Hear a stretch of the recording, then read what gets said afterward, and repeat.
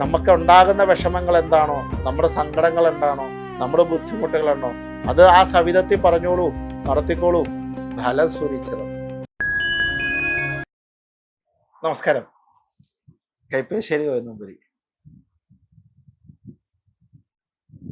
ഇപ്പം നമ്മൾ ഏറ്റവും സ്പീഡിൽ ജീവിക്കുന്ന കാലത്താണ്, ഫാസ്റ്റാണ്. ഇപ്പം ഇവിടുന്ന് ഒരു ഫോട്ടോ വെച്ചാൽ 1 മിനിറ്റിനുള്ളിൽ അപ്പുറം കിട്ടുന്നു, അവിടുന്ന് 1000 രൂപ അയച്ചാൽ അപ്പം ഇവിടെ കിട്ടുന്നു.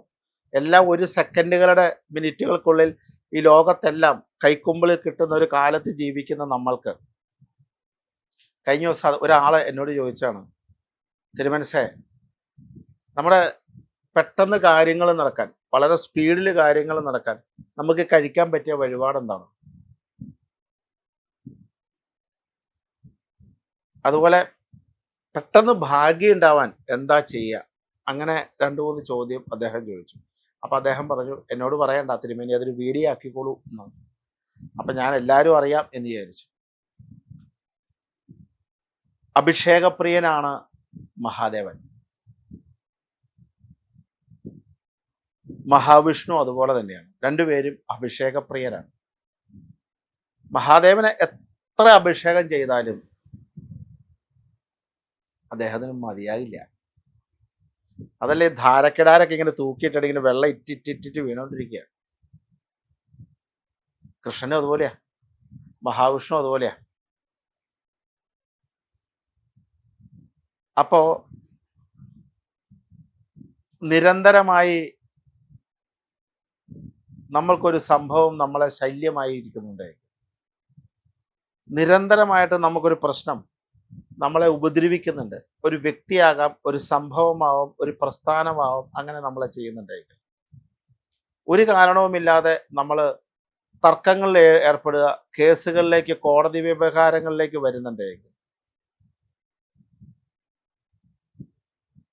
നമ്മൾ എന്ത് ചെയ്തിട്ടും നമുക്ക് ആ പൂർണ്ണമായ ഭാഗ്യം ലഭിക്കുന്നില്ല എങ്കിൽ,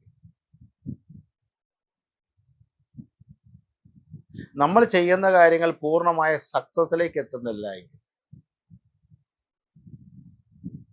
അല്ലെങ്കിൽ നമുക്ക് എന്താണോ നല്ലത് ആ നല്ലത് നമുക്ക് വരണം അങ്ങനെ ആഗ്രഹിക്കുന്നുണ്ടെങ്കിൽ,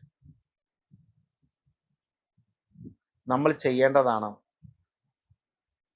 ഭഗവാൻ ഏറ്റവും ഇഷ്ടമുള്ള, ഭഗവാൻ ഏറ്റവും ആഗ്രഹമുള്ള, ഭഗവാൻ ഏറ്റവും നല്ല സംതൃപ്തി ഉണ്ടാകുന്ന വളരെ ലളിതമായ വഴിപാടാണ് കദളിപ്പഴ നിവേദ്യം.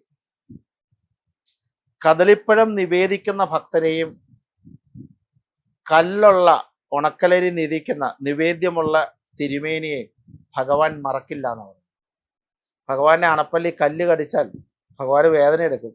അങ്ങനെ അത് നേദിച്ച തിരുമേനിയെയും ഭഗവാൻ മറക്കില്ല, കദളിപ്പഴം നിവേദിക്കുന്ന ഭക്തരെയും മറക്കില്ല എന്ന്. അങ്ങനെ ഏറ്റവും ഇഷ്ടമുള്ള, ഏറ്റവും കേമായ, അദ്ദേഹത്തിന് ഏറ്റവും അനുഗ്രഹമുള്ള, അല്ലെങ്കിൽ നമുക്ക് പെട്ടെന്ന് പ്രസാദിക്കുന്ന ഒരു വഴിപാടാണ് കദളിപ്പഴം നിവേദ്യം.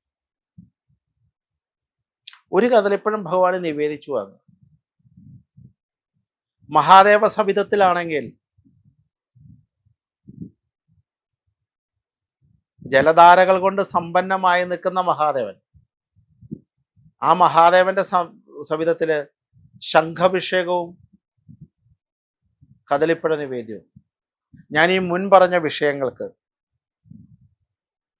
നമ്മൾക്കുണ്ടാകുന്ന കോടതി വ്യവഹാരങ്ങളിൽ നിന്ന് രക്ഷ നേടാനായിട്ട്, തർക്കങ്ങളിൽ നിന്ന് രക്ഷ നേടാനായിട്ട്, ഭാഗ്യം നമുക്ക് വർദ്ധിക്കാനായിട്ട്, ഐശ്വര്യം വർദ്ധിക്കാനായിട്ട്, കാര്യനിവൃത്തിക്ക്, സമാധാനത്തിന്, രോഗത്തിന് വളരെ കേമാണ് ശംഖഭിഷേകവും കദളിപ്പഴ നിവേദ്യവും.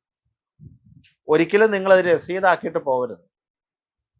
എപ്പോഴാണോ അഭിഷേകം നടക്കണേ, ആ അഭിഷേകം നടക്കുന്ന സമയത്ത് ആ ഭഗവാന്റെ മുൻപിൽ നിന്ന്,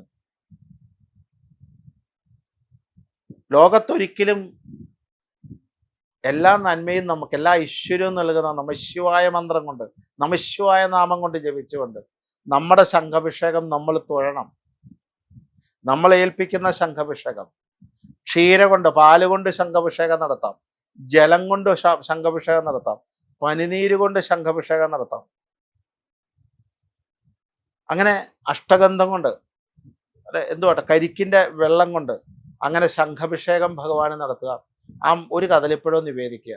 ഭഗവാനെ എൻ്റെ കാര്യം നടക്കണേ, എനിക്ക് ആ ഭാഗ്യം ഉണ്ടാവണേ, എനിക്ക് ഐശ്വര്യം ഉണ്ടാവണേ എന്നൊരു സങ്കല്പം മനസ്സിലുണ്ടാവുക.